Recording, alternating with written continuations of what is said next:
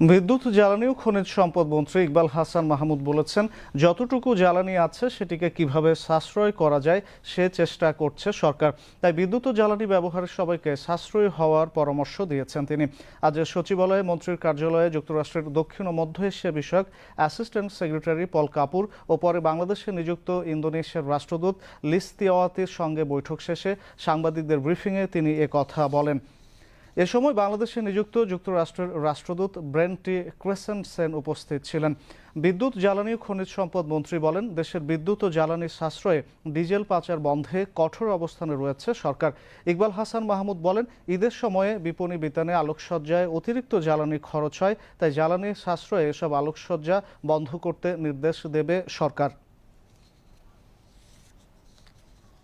যেটা আছে সেটাকে সাশ্রয় করে আমরা চালানোর চেষ্টা করছি। যুদ্ধ যতদিন থাকবে ততদিন তো এই ক্রাইসিস থাকবে। তারপরেও আমরা যাতে ঘুরে টুরে আনানো যায়, যেসব সোর্স আছে সেসব ট্যাপ করছি। আমরা স্পট পারচেজে গেছি, আমরা ক্রাইসিস ম্যানেজমেন্ট করছি এখন।